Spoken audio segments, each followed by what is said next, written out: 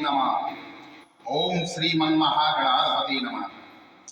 श्री सूर्य महाराज सौनक आदि 88,000 ऋषियों से बोले कि हे ऋषियों, एक वर्ष के अंदर 12 महीने होते हैं और 12 महीनों में 24 एकादशियां होती हैं।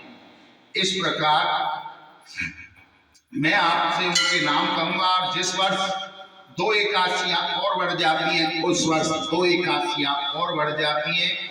कुल मिलाकर 26 एकादशियां होती हैं, जिनके नाम इन प्रकार हैं: मोक्षदा, उत्पन्ना, मोक्षदा, सफला, पुत्रदा, सटला, जया, विजया, आमलकी, पाप मोचनी, कामदा, वरुथनी, मोहिनी, अपरा, निर्जला, योगिनी, देवसेनी, कामदा, पुत्रदा, अजा, परवर्तिनी, इंद्रा, पाशांकुशा, रमा, देवोत्थायिनी। और लौंग के महीने में पद्मनी और परमा। ये सब एकादशी यथा नाम तथा गुण वाली हैं। इन एकादशियों के नाम तथा गुण इनके व्रत की कथा सुनने से मालूम हो जाएंगे। जो मनुष्य इन एकादशियों को व्रत को शास्त्र के अनुसार करते हैं उन्हें उसी फल की प्राप्ति होती है। नैमिषारण्य क्षेत्र में श्री सूत जी ब्राह्मणों से बोले कि हे ब्राह्मणों, विधि सहित इस एकादशी के महत्व को भगवान श्री कृष्ण ने कहा था। प्रेमी जन ही इस व्रत की उत्पत्ति को प्रेम पूर्वक सुनते हैं और इस लोक में अनेकों सुख भोग कर अंत में विष्णु पद को प्राप्त करते हैं। श्री सूत जी बोले कि हे ब्राह्मणों, सबसे प्रथम इस एकादशी का महात्म को भगवान श्री कृष्ण ने अर्जुन से कहा था, उसी के अनुसार मैं आपसे कहता हूं। अर्जुन ने कहा कि हे जनार्दन, इस एकादशी के महात्म के बारे में क्या जानकारी है? इस व्रत के करने से कौन सा पुण्य मिलता है और इसकी क्या विधि है, सो आप मुझसे कहिए।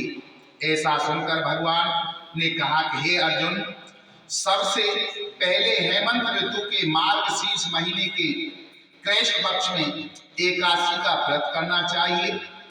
दशमी की शाम को दातुन करना चाहिए और रात्रि को भोजन नहीं करना चाहिए। एकादशी के सुबह संकल्प नियम के अनुसार कार्य करना चाहिए। दोपहर में संकल्प पूर्वक नदी, सरोवर, बावड़ी, कुआं आदि में से किसी में स्नान करना चाहिए। स्नान करने से पहले शरीर पर मिट्टी चंदन लगाना चाहिए। चंदन लगाने का मंत्र इस प्रकार है: ओम अश्वकांते रथकांते विष्णुकांते वसुंधरे उद्धृतापि वरुणम कृष्णम ने सतबाहुना मृत्ये है हर में पापम ये नमा पूर्व संचिते तत्वा तेन पापेन गच्छामि परमागति। व्रत करने वालों को स्नान करने के पश्चात पापी, चोर, पाखंडी, दूसरे की बुराई करने वाला, परस्त्री गमन करने वाला, दुराचारी, दूसरे के धन को चुराने वाला, मंदिरों में चोरी करने वाला, इन सब मनुष्यों से बात नहीं करनी चाहिए। यदि अनजाने में इनसे बात भी हो जाए तो इस पाप को दूर करने के लिए सूर्य नारायण भगवान के दर्शन करने चाहिए। स्नान के पश्चात धूप दीप नैवेद्य से भगवान का पूजन करना चाहिए। रात्रि में दीपदान करना चाहिए। ये सत्कर्म भक्ति पूर्वक करने चाहिए। उस रात को नींद और स्त्री का प्रसंग त्याग देना चाहिए। एकादशी का दिन रात्रि का भजन, सत्संग आदि कर्मों में व्यतीत करना चाहिए। इस दिन श्रद्धा पूर्वक ब्राह्मणों को दक्षिणा देनी चाहिए और उनसे अपनी गलती की क्षमा मांगनी चाहिए। धार्मिक जनों को शुक्ल पक्ष और कृष्ण पक्ष दोनों एकादशियों को एक समझना चाहिए। इसमें भेद नहीं करना चाहिए।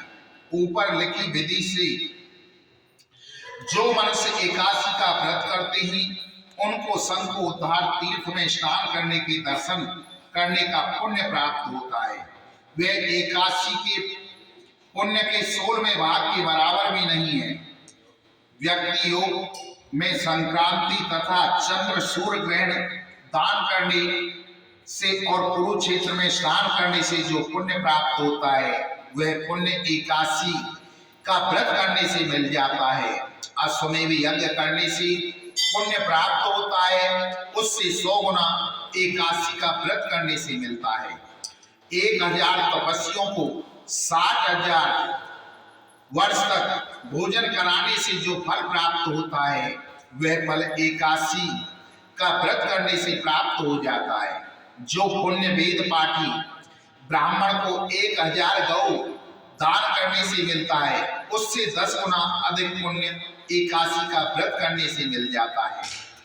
10 श्रेष्ठ ब्राह्मणों को भोजन कराने से जो पुण्य मिलता है वह एकादशी के पुण्य के 10वें भाग के बराबर होता है। उत्तम 10 ब्राह्मणों को भोजन कराने से जो पुण्य मिलता है उतना ही पुण्य एक ब्रह्मचारी को भोजन कराने से प्राप्त हो जाता है।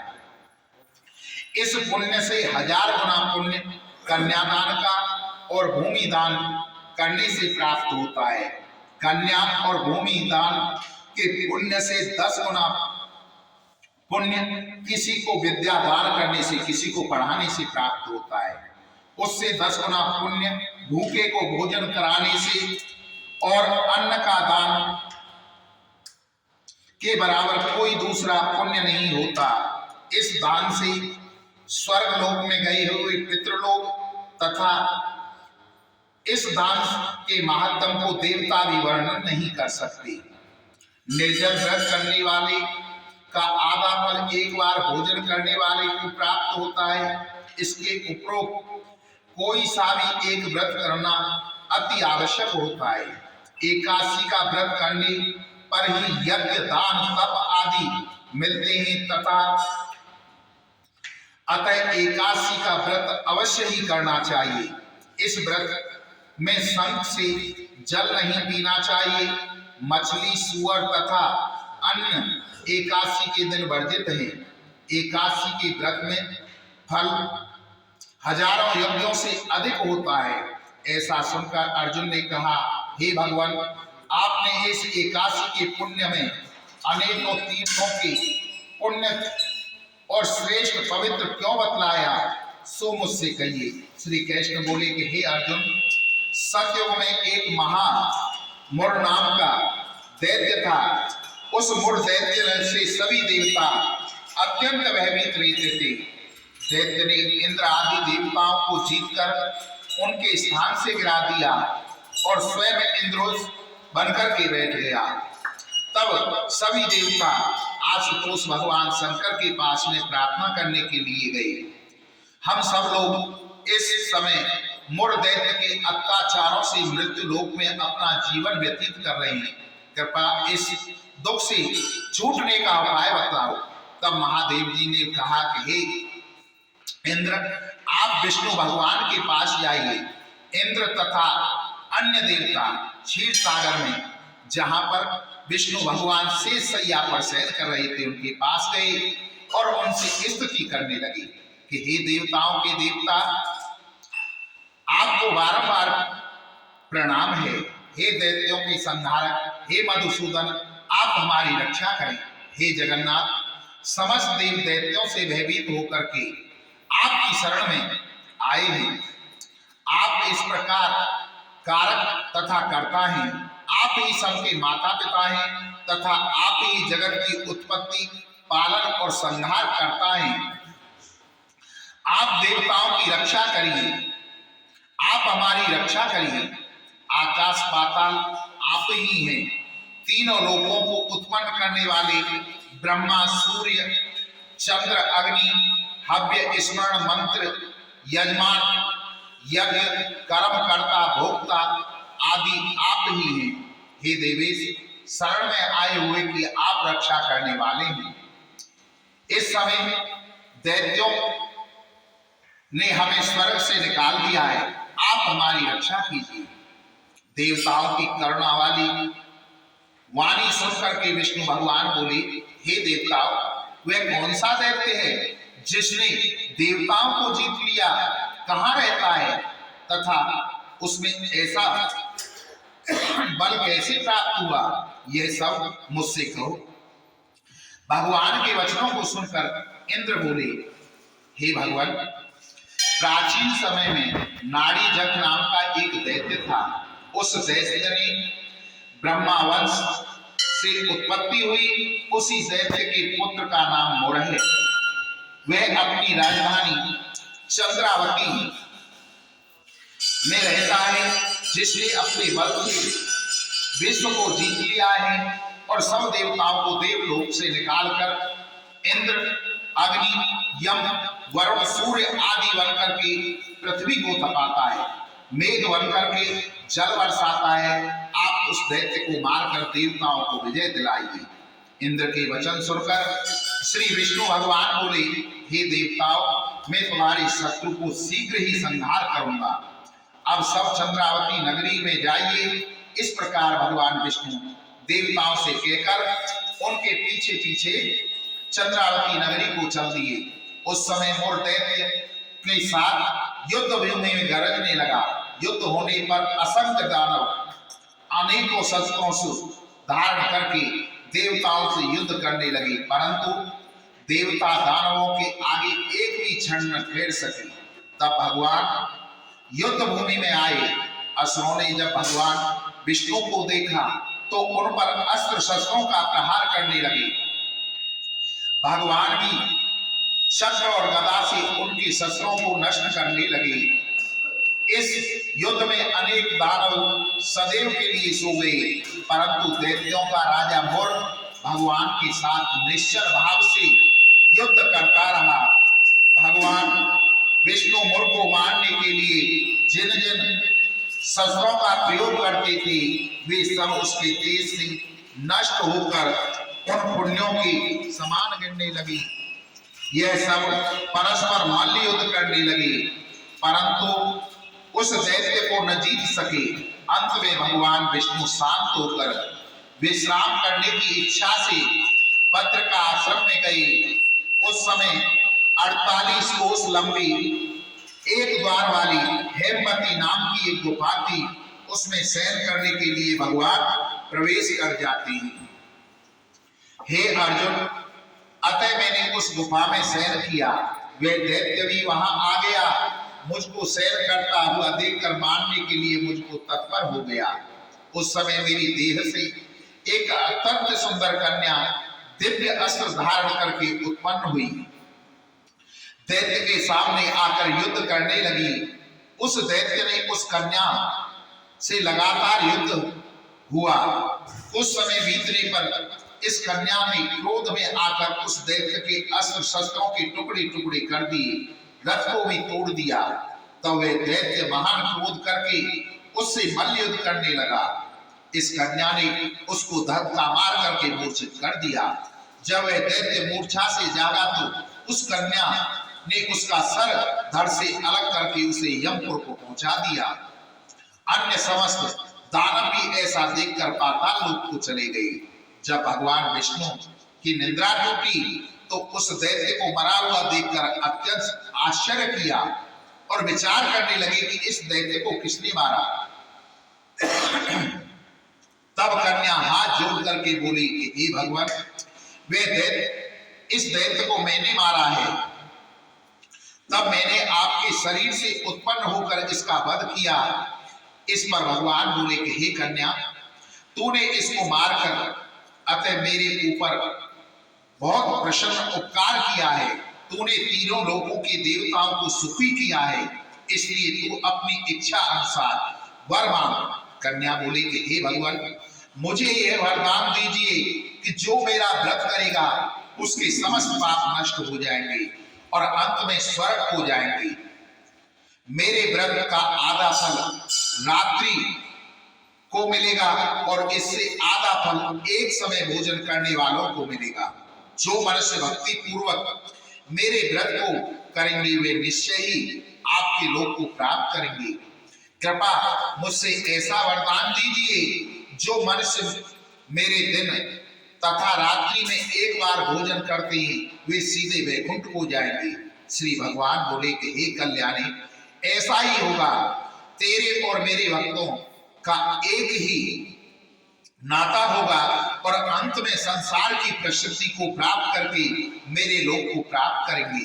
हे कन्या, एकादशी के दिन पैदा होने से तेरा नाम एकादशी हुआ। जो मनुष्य तेरे इस दिन का व्रत करेगा उसके समस्त पाप नष्ट हो जाएंगे और अंत में मुक्ति को प्राप्त करेंगे। तू मेरे लिए अब तीज, आठवें, नौवीं, 14 से भी अधिक प्रिय होगी। तेरे व्रत का फल सब तीर्थों के फल के समान होगा और उनसे भी महान होगा। यह मेरा सत्य कथन है। ऐसा कहकर भगवान उसी स्थान पर अंतर ध्यान हो गए। एकादशी भी भगवान के उत्तम वचनों को सुनकर अत्यंत प्रसन्न हुई।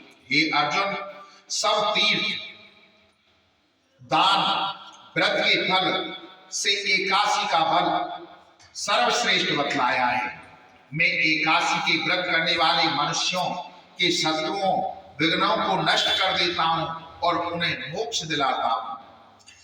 यह मैंने तुमसे एकादशी की उत्पत्ति के बारे में बतलाया।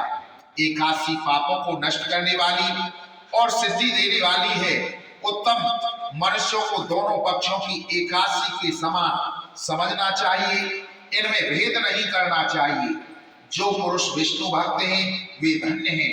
जो मनुष्य एकादशी का महात्म श्रवण पठन करते हैं उनको अश्वमेव यज्ञ का फल प्राप्त होता है। जो मनुष्य भक्ति पूर्वक कथा सुनते हैं वे विष्णु लोक को जाते हैं और करोड़ों वर्षों तक उनकी उस जगह पूजा होती है। जो एकादशी महात्म का चौथाई भाग भी सुनते हैं उन्हें ब्रह्म आदि हत्या का महान पाप नहीं लगता।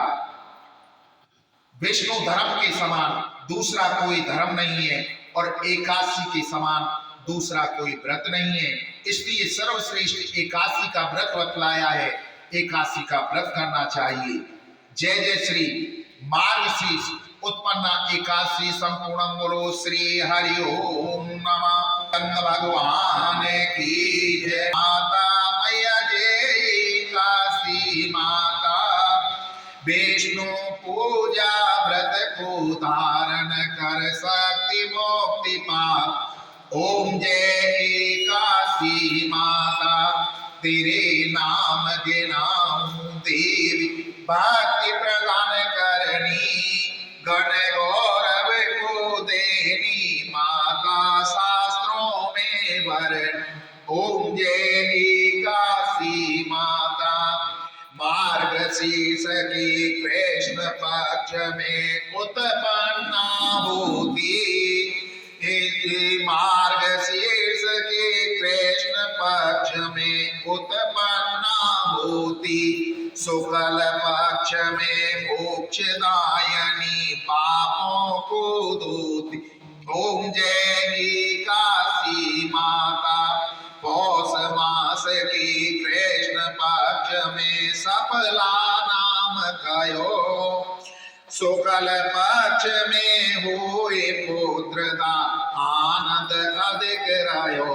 ओम जय एकादशी माता, नाम सटिला माघ मास में कृष्ण पक्ष आवे, शुक्ल पक्ष में जया कहा विजय सदा पावे। ओम जय एकादशी माता, विजया पाल गुण कृष्ण पक्ष में शुक्ला आमल की, पाप मोचनी कृष्ण पक्ष में चैत्र महाजल। ओम जय एकादशी माता, चैत्र शुक्ल में नाम कामदा धन देने वाली, नाम काम का कृष्ण पक्ष में बैसाख महावाल। ओम जय एकादशी माता, शुक्ल पक्ष में हुई मोहिनी अपराजेश कृष्ण पक्षी, नाम निर्जला सब सुख करणी शुक्ल पक्ष रथ। ओम जय एकादशी माता, योगिनी नाम आषाढ़ में जानो कृष्ण पक्ष वरणी, देवशयनी नाम कहायो शुक्ल पक्ष धर। ओम जय एकादशी माता कामिका श्रावण मास में आवे कृष्ण पक्ष कहिए। सावन शुक्ला होए पुत्रदा आनंद से रही। ओम जय एकादशी माता आजा भाद्रपद कृष्ण पक्ष में परिवर्तनी शुक्ला। इंद्रा आश्विन कृष्ण पक्ष में व्रत से भव सागर निकला। ओम जय एकादशी माता पासा कुसाहे शुक्ल पक्ष में पाप हरने हारी। ब्रह्मा मास कार्तिक में आवे सुखदायक बात। ओम जय एकादशी माता देवोत्तायनी शुक्ल पक्ष में दुख नाशक मैया। लौद मास की करूं मैं विनती पार करो नैया।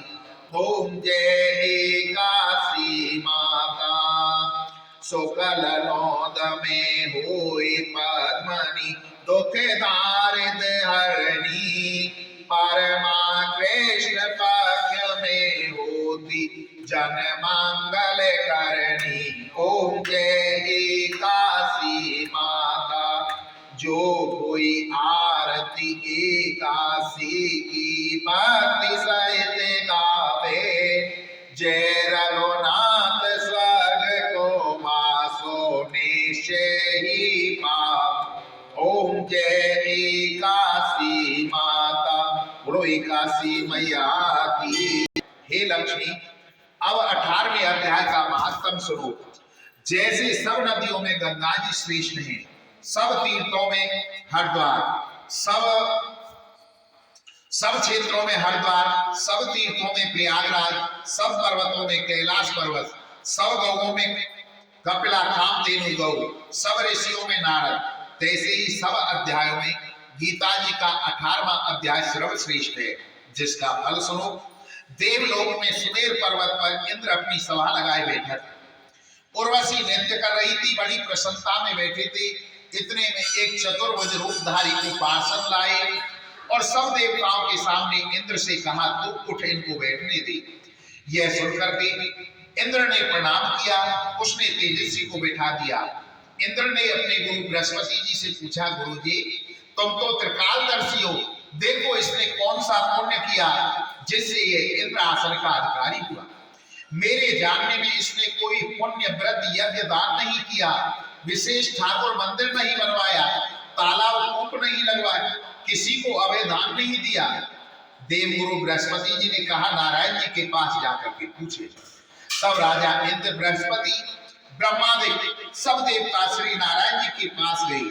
जाकर के दंडवत करके प्रार्थना पूर्वक कहा, हे स्वामी दास सहायक भक्त रक्षक, आपके 4 पार्षदों एक चतुर्भुज तेजस्वी को लाकर के मुझको इंद्र आसन से उठा दिया। मैं नहीं जानता उसने कौन सा पुण्य किया है। मैंने कई अश्वमेध यज्ञ किए, तब मुझे इंद्र आसन का अधिकारी आपने किया। इसने एक भी अश्वमेध यज्ञ नहीं किया है, मुझे आश्चर्य है। तब श्री नारायण जी ने कहा कि हे राजेंद्र, तू डर मत, अपना राज्य कर। इसने बड़ा गुण उत्तम पुण्य किया है। इसका नियम था नित्य प्रतिदिन स्नान करके श्री गीता जी के 18वें अध्याय का पाठ किया करता था। इसके मन में भोगों की तृष्णा रहती थी। जब इसने देह छोड़ी तब मैंने आज्ञा की कि हे पार्षदों, तुम इसको पहले ले जाकर इंद्रलोक भोगने दो। जब इसका मनोरथ पूर्ण हो जाए तो मेरी सायं मुक्ति को पहुंचाओ। तुम जाकर भोगों की सामग्री जमा कर दो। तब राजा इंद्र और सब देवताओं ने जाकर सब वस्तुएं भोगों की एकत्रित की और कहा कि इंद्रलोक के सुख भोगो। कुछ काल इंद्रपुरी के सुख भोग कर वे श्री नारायण जी की कृपा से सायं मुक्ति देकर वैकुंठ का अधिकारी किया। श्री नारायण जी कहते हैं कि हे लक्ष्मी, और श्री शिव जी कहते हैं कि हे पार्वती, यह 18वें अध्याय का महात्म तुमने स्मरण किया।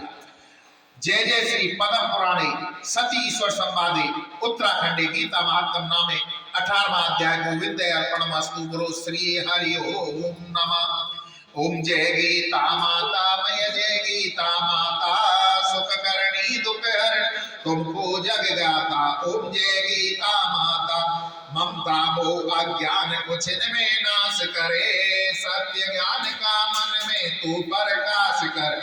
ओम जय गीता माता शरण तेरी जो आवे तेरे मत ग्रहण करे पाप ताप मिट जावे निर्भय सिंधु कर। ओम जय गीता माता जब अर्जुन रण क्षेत्र में शोकाधीर हुआ कर्तव्य कर्म तज बेटा बहुत बलीन हुआ। ओम जय गीता माता तब श्री कृष्ण चंद्र के मुख से तुम अवतार लियो तत्वबात समझा कर उसका उद्धार कियो। ओम जय गीता माता शरीर जन्मते मरते आत्मा अविनाशी शरीर को दुख व्यापे आत्मा सुख राशि।